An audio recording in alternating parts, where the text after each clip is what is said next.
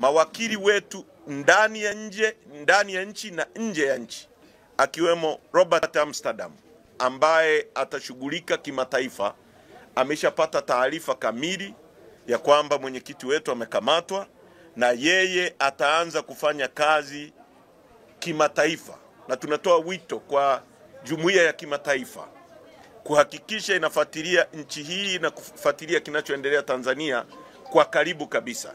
Kwa hiyo kwa upande wa kimataifa, wakili Robert Amsterdam na wengine ambao wako nje ya mipaka ya nchi yetu watafuatilia na kwenda kwenye maofisi mbalimbali ya kimataifa kwa ajili ya tukio hili.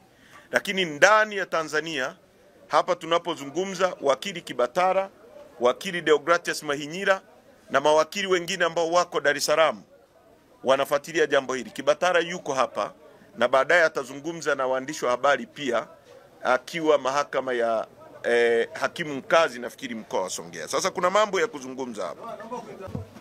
Kitendo cha kumshikilia mwenyekiti wetu na viongozi wengine ni kitendo cha kuraniwa kwa nguvu zote. Mwenyekiti na viongozi wa Chadema tumejikita kwenye kuelimisha umma, wananchi, umuhimu wao kuchukua hatua kuzuia kinachoendelea kutokea, kusigino kwa haki za binadamu na kupokwa mamlaka yao ya kufanya uchaguzi katika nchi hii na kuchagua viongozi wanaowahitaji. Kwa sisi hilo tumelichukua na tutalifanyia kazi, hata kama mwenyekiti hayupo, hata kama wakitaka kutukamata wote. Hii movement ya no reforms no election haitasimama.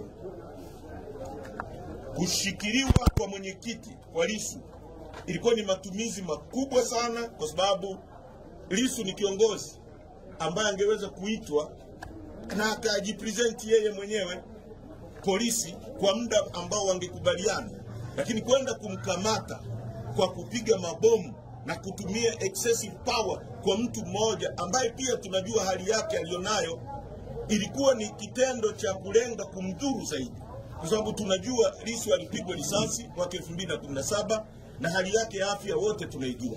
Kwa nini tumie nguvu kubwa kama ile kumwarrest mtu ambaye tayari ana matatizo ambayo yamesababishwa na kupigwa risasi? Chadema inaongoza kampeni ya kupinga vita ubadhirifu wa fedha za umma kama ilivyozungumza ripoti ya CAG, na hiyo iko kwenye ibara ya 27(2). Watu wote watatakiwa na sheria kutunza vizuri mali ya mamlaka ya nchi pamoja na kupiga vita aina zote za ubadhirifu na uharibifu wa mali za Tanzania. Kwa hiyo Chadema inachofanya, inasimama kwenye katiba ya nchi yetu kuhakikisha tunatetea rasilimali za nchi na mali za nchi yetu.